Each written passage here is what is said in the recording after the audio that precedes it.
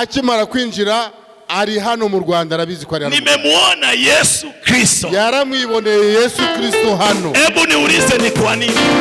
Reka nikubwire neza. Hebu niulize ni kwa nini? Reka kubwire neza. Sikiliza. Mumwumve neza.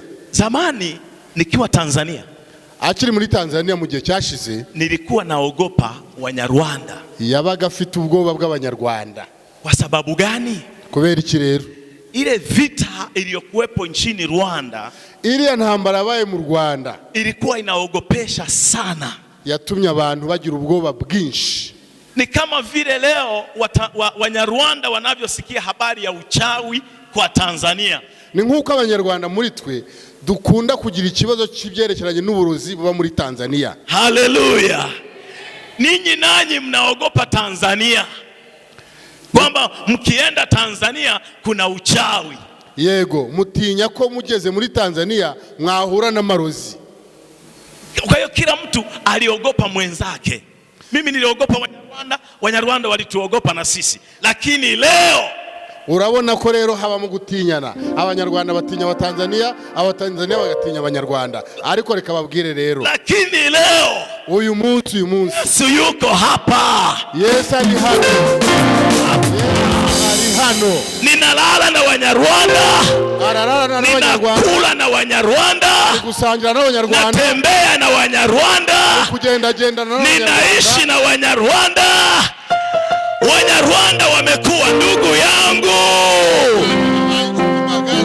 Haleluya. Hakuna kitu ninachoogopa tena. Hakuna kitu ninachokiogopa tena. Haleluya. Nije usiku, yaba nijoro, nije asubuhi, Rwanda ni nyumbani. Yes. Haleluya. Haleluya. Nilikuwa naleta salamu. Yageze hano amahoro. Mimi ninaitwa method kama nilivyokwisha kuambia. Yamaze kubabwira ko yitwa Salim, na mheshimu Pastor Sekazuba akaba ari inshuti ya Sekazuba. Baada ya tukio la kusimikwa kwake, amaze kumenya ko yimitswe, yeye aliniita nije nishuhudie. Nawe yaramuhamagaye kandi aze ibirori bye abibemo, kwa kuwa alikuwa ni rafiki yangu sana, kuko ni inshuti ye magara. Alipokuwa akija Tanzania, akigera Tanzania, alikuwa tunakimbia tukihubiri kama vijana wadogo. Bari bameze nk'abana batoya bagenda bakinakina mu gihe bagendaga bagiye kuvuga ubutumwa. Lakini leo amekuwa mkubwa sasa na mheshimu. None ubu ngubu yakomeye rero, kandi noneho n'abamuhaye icyubahiro. Haijarishi na mzidi umri, kandi azineza kwa murusha imyaka, lakini bado ariko noneho atakuwa baba. Ubu niwe se, noneho niwe yitase. Haleluya. Haleluya, haleluya. Nataka tuingie kwenye ujumbe wetu leo. Reka tuje mu cyo yateguye uyu munsi. Kitabu kile ni cha Luka, ni mu butumwa bwiza uko bwanditswe na Luka, sura ile ya kwanza, igice cya mbere, mstari wa kwanza mpaka wa 20. Arahera ku murongo wa mbere ageze kwa 20. Nataka nisome kwa sababu gani? Arashaka kwasoma kubera iki rero?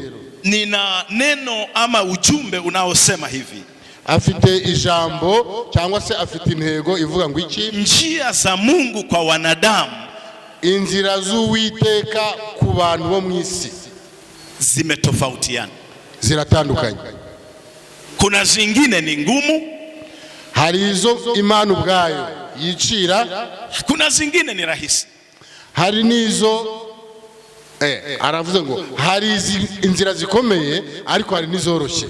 Haleluya. Sasa niombe anisomee mstari wa kwanza mpaka ule wa 20 kwa Kinyarwanda. Arashaka ko dusoma umurongo wa mbere kugera kwa 20. Reka dusome. Abantu benshi bagerageje kuringaniza igitekerezo cy'imvaho kibyemewe natwe. Anzia mstari wa 7. Reka mere ku murongo wa 7 ni washaka. Ariko ntibagiraga umwana kuko Elizabeti yari ingumba kandi bombi bari bageze mu zabukuru. Nuko ubwo Zakariya yari agikora umurimo w'ubutambyi imbere y'Imana, kuko umugabane we utahiwe n'igihe, ubufindo buramufata nk'uko umugenzo w'abatambyi wari uri, ngo ajye mu rusengero rw'Uwiteka kosa imibavu. Muri icyo gihe cyo koserezamo imibavu, rubanda rwasengeraga hanze, maze marayika w'umwami Imana amubonekera ahagaze iburyo bw'igicaniro cy'imibavu. Zakariya amubonye arikanga agira ubwoba, ariko marayika aramubwira ati, witinya Zakariya, kuko ibyo wasabye byumviswe. Umugore wawe Elizabeti azakubyarira umuhungu, uzamwite Yohana. Azakubera umunezero n'ibyishimo, kandi benshi bazanezererwa kuvuka kwe, kuko azaba mukuru imbere y'umwami Imana. Ntazanywa vino cyangwa igisindisha cyose, kandi azuzuzwa umwuka wera ahereye akiva mu nda ya nyina. Benshi mu Bayisiraheli azabahindurira ku mwami Imana yabo. Azagendera imbere yayo mu mwuka n'ububasha bya Eliya, asanganye imitima ya base n'iy'abana, n'abatumvira Imana azabayobora mu bwenge bw'abakiranutsi, ngo ategure ubwoko bwatunganirijwe umwami Imana. Zakariya abaza marayika ati, ibyo nzabibwirwa n'iki, ko ndi umusaza n'umugore wanjye akaba ari umukecuru? Marayika aramusubiza ati, ndi Gaburiyeli uhagarara imbere y'Imana, kandi natumwe kuvugana nawe ngo nkubwire ubwo butumwa bwiza. Nuko dore uragobwa ururimi, kandi ntuzabasha kuvuga kugeza umunsi ibyo bizakuberaho, kuko utemeye ko amagambo yanjye azasohora mu gihe cyayo. Mwakira ijambo ry'Imana. Haleluya. Sikiliza nikwambie, umva rero akubwire. Unafikiri wakati huu wa Zakaria, uratekereza ko igihe cya Zakariya ulikuwa ni byari bimworoheye? Kilikuwa ni kitu kigumu sana, byari bikomeye cyane. Zakariya ubwe alikuwa mzee, yarashaje, na mke wake alikuwa mzee. Umudamu we yari umukecuru cyane, lakini Mungu, ariko Imana aliwaza, Imana iribaza ngo kuwarudia wana wa Israeli kwa agano jipya. Ashaka kubagira Abayisiraheli muri isezerano rishya, kwa sababu lile la kwanza wameliharibu, kuko ririya isezerano rya kera Mungu akafanya mpango wa agano lingine. Yashaka, Imana yakoze gahunda yo kugira ngo haboneke irindi isezerano rishya. Sasa kuna wakati Mungu anaweza akaja akakukuta wewe uko kwenye hali ngumu. Mbese hari ahantu Imana yaba yaragusanze mu gihe gikomeye kigukomereye cyane. Pamoja na Zakaria kuwa alikuwa kuhani anayehubiri kanisani, urabona ko na Zakariya ahantu yari arimo abwiriza ubutumwa Mwitorero, lakini angalia, amefika mpaka umri wa uzee hajapata mtoto. Ariko urabona igihe yari amaze, arashaje, ageze igihe cy'imyaka yose atarabona umwana. Unafikiri hili sio tatizo? Uragira ngo cyane ari ikibazo? Ilikuwa ni tatizo kubwa. Icyo ni ikibazo gikomeye. Jaribu kuangalia wewe mwenyewe. Icyo ngicyo nawe kirakureba. Mtu akiolewa leo, umuntu nawe bibaze, umuntu arongo ubungubu agakaa miaka 5 tu, ubundi akamara imyaka 5 yose, hata kama alikuwa ameokoka, ataragira icyo afata, ataanza kuacha njia za Mungu, ataenda kwa waganga wa kienyeji. Uwo ngo nabona bimugendekeye bityo, azareka inzira z'Imana atangire kujya mu bapfumu. Sasa Zakaria huyu anapoletewa ujumbe, Zakariya rero we azanye ubutumwa bamubuzaniye kwamba angalia, mkeo Elizabeti atazaa mtoto. Yareba Elizabeti akabona atabyara umwana. Aliambiwa Elizabeti atazaa mtoto, none habwirwa rwose ko Elizabeti azabyara. Ndio maana Zakaria alikataa. Ariko Zakariya we ibyo bintu ntabwo yabyemeye. Akasema hapana, haiwezekani. Aravuga ati ibyo ntibishoboka, kwa sababu mimi ni mzee, kuko ngewe ndashaje, siwezi nikapata mtoto. sinshobora kubona umwana. Wewe unayeongea ni nani? None urambwira iki? Ibyo yurumbwira ni biki? Wewe unayeongea ni nani? Ayo magambo uri kuvuga urayabwira nde? Mimi sikubali. Ibyo sinabyemera. Zakaria akakataa.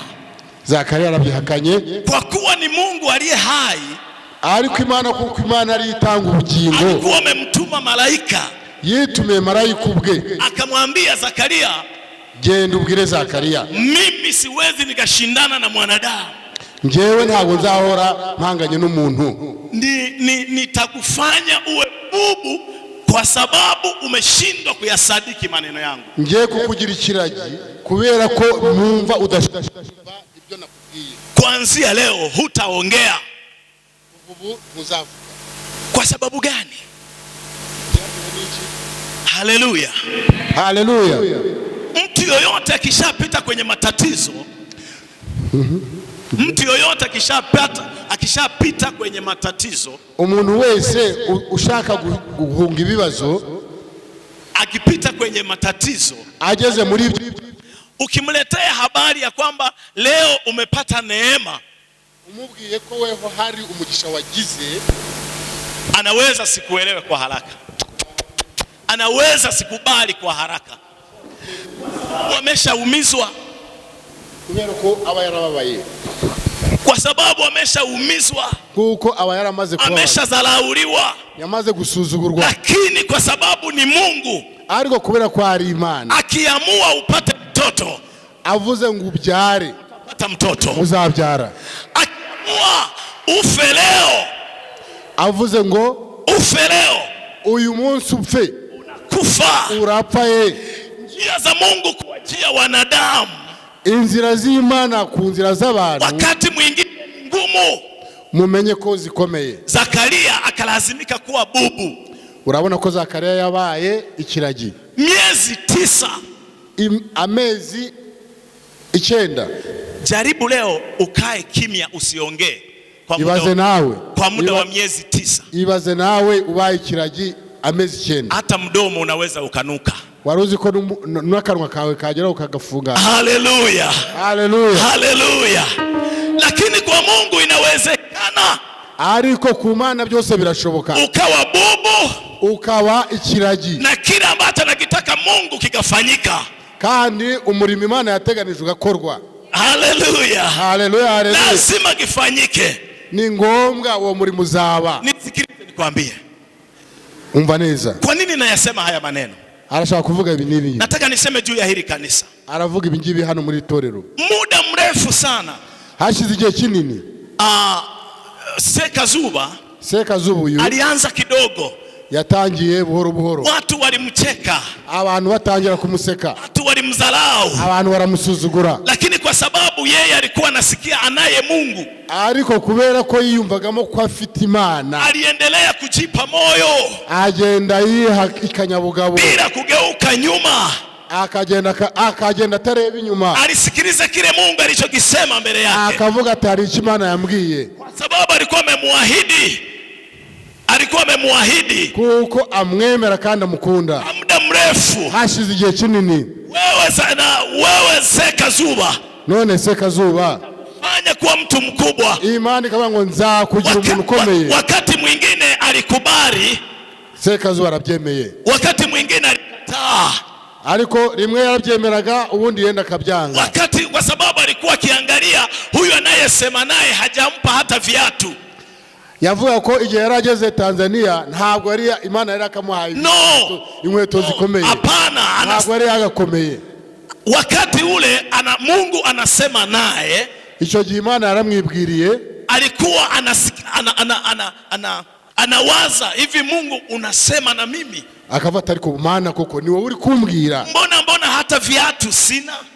Urabona nta n'inkweto ngira, inawezekanaje? Ibyo byashoboka bite? Mimi niwe mtu mkubwa, kandi njewe mimi niwe mkubwa, uyu niwe mukuru. bizashoboka ngo Sekazuba abe umushumba, Mbese byashobokaga bite ko Sekazuba yaba umuyobozi y'abapasiteri? Kwa sababu wakati Mungu anasema naye alikuwa hana hata viatu. Kandi Imana ivugana nawe icyo gihe ntabwo yari afite inkweto rwose. Ndicho kitu alichokuwa anamwambia Zakaria. Niyo mpamvu yamubwiye nawe muri Tanzania.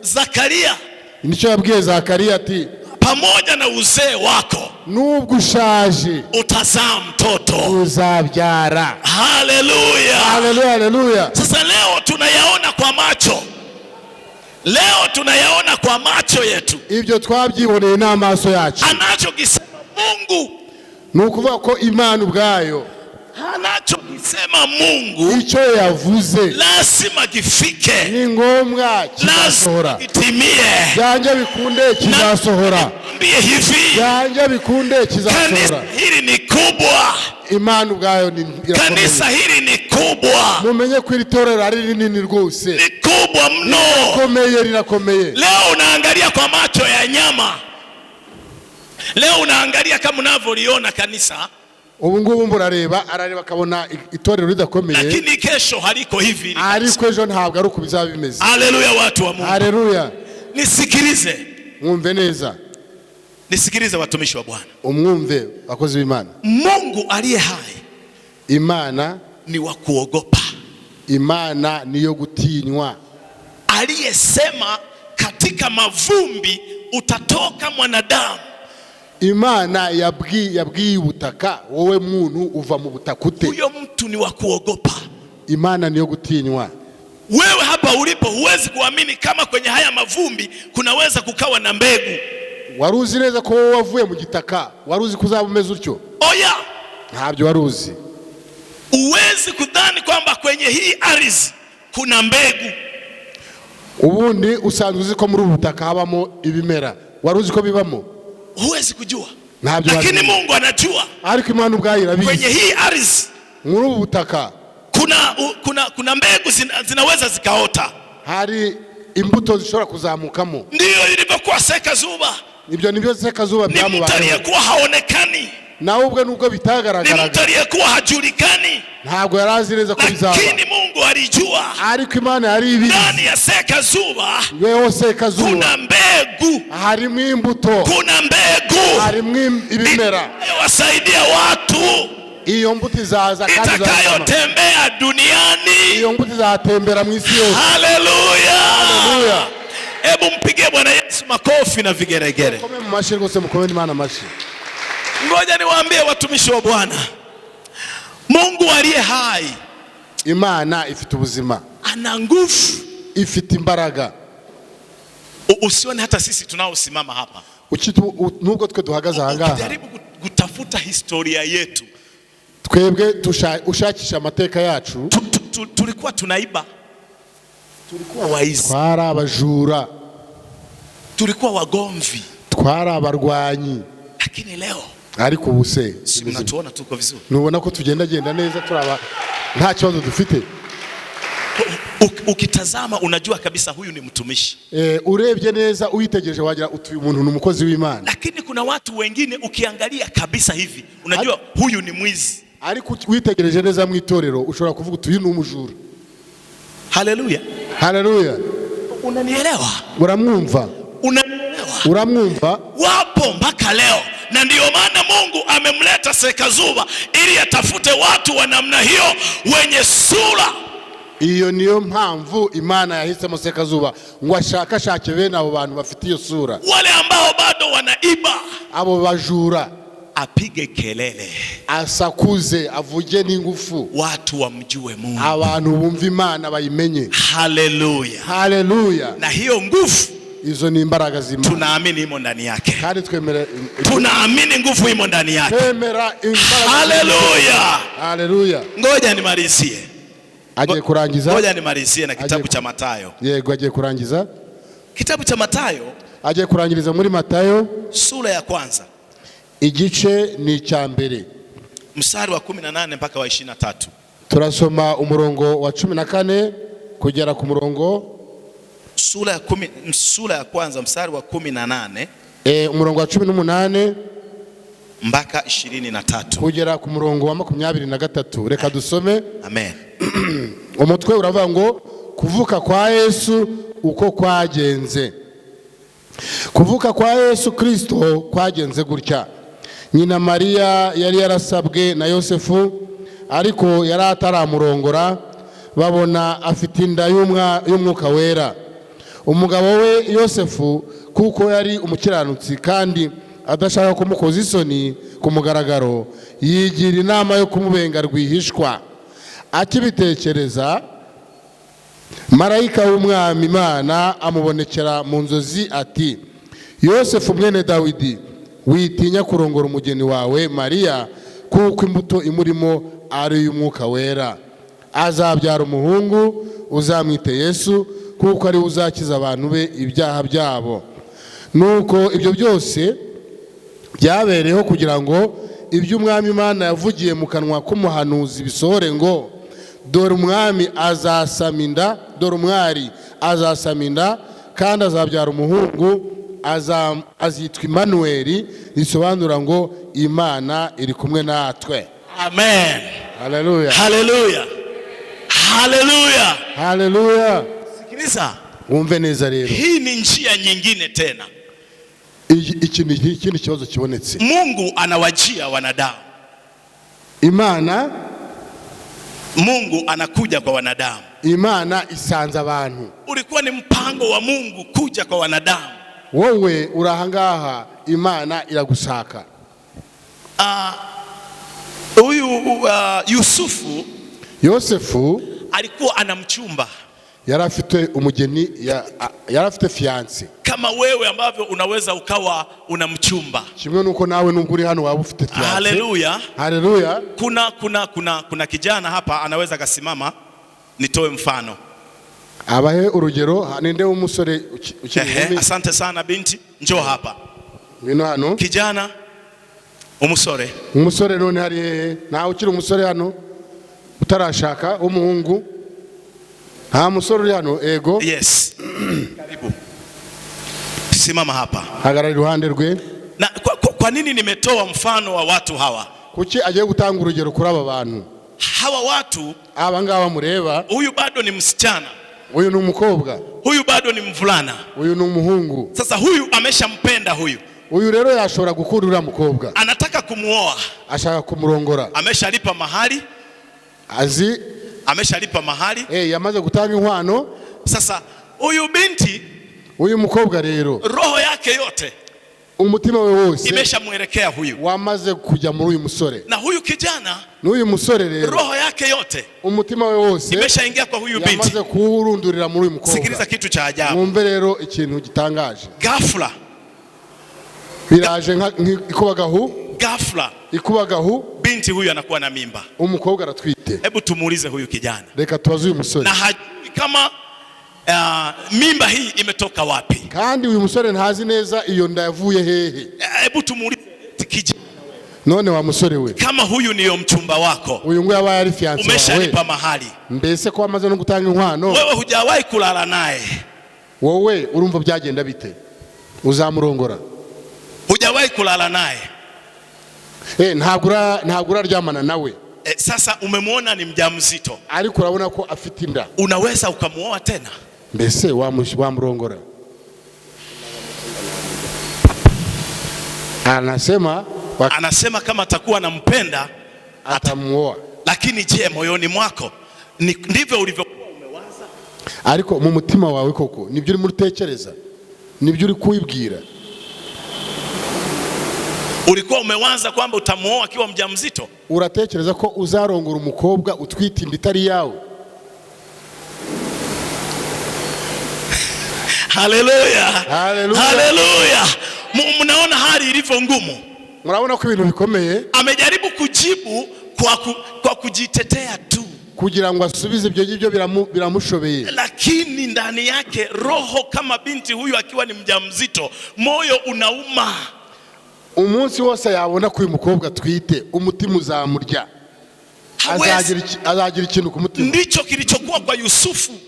Ibyo niyo byabaye kuri Yosefu rero. Alifikiria, mimi nimetoa mahari kwa binti, ko namaze gukwa uyu mukobwa, kwa nini abebe mimba kabla sijamuoa? None kuki atwite inda kandi ntarigeze ndyamana nawe? Alifikiria, ikamwea hali ngumu sana. abitekerejeho bimubera ikibazo gikomeye cyane, lakini kwa sababu ilikuwa ni njia ya Mungu, ariko kubera ko zari inzira z'Imana kuwafikia wanadamu, kugira ngo Imana igere ku bantu bo mu isi.